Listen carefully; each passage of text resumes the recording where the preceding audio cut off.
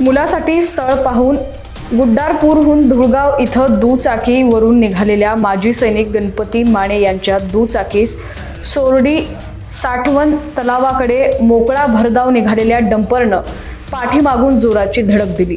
या धडकेत दुचाकीच्या मागे बसलेल्या मंदा गणपती माने या महिलेचा डंपरचे चाक डोक्यावरून गेल्यानं जागीच मृत्यू झाला, तर दुचाकीस्वार गणपती माने गंभीर जखमी झाले।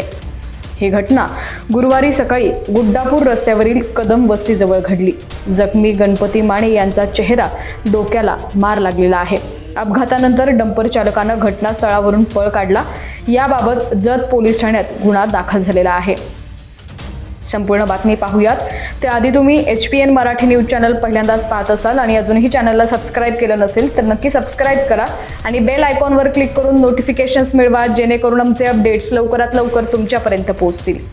तर घटनास्थळावरून मिळालेली माहिती अशी आहे की कवठेमहांकाळ तालुक्यातील धुळगाव येथील माजी सैनिक गणपती माने व पत्नी मंदा माने हे दाम्पत्य दुचाकीवरून मुलाला सकाळी मुलगी पाहण्यासाठी जत पूर्व भागातील गुड्डापूर इथं गेले होते।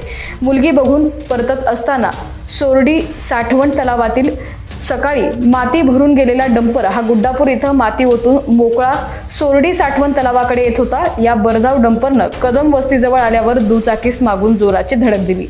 या धडकेत दुचाकीवर मागे बसलेल्या मंदा माने रस्त्यावर उडून पडल्या। त्याचवेळी त्यांच्या डोक्यावरून डंपरचं चाक गेलं। डोक्यावरून चाक गेल्यानं त्यांच्या डोक्याचा चेंदामेंदा झाला होता। मेंदू रस्त्यावर पडला होता। डंपर धडक देऊन 400 मीटर अंतरावर जाऊन थांबला। चालक डंपर थांबून पळून गेला। या घटनेची माहिती जत पोलीस ठाण्यात दिलेली आहे।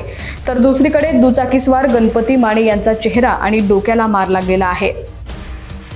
पोलिसांनी घटनेचा पंचनामा करून मृतदेह शवविच्छेदनासाठी जत ग्रामीण रुग्णालयात पाठवलाय। शवविच्छेदन करून मृतदेह नातेवाईकांच्या ताब्यात देण्यात आला। अधिक तपास जत पोलीस करत आहेत।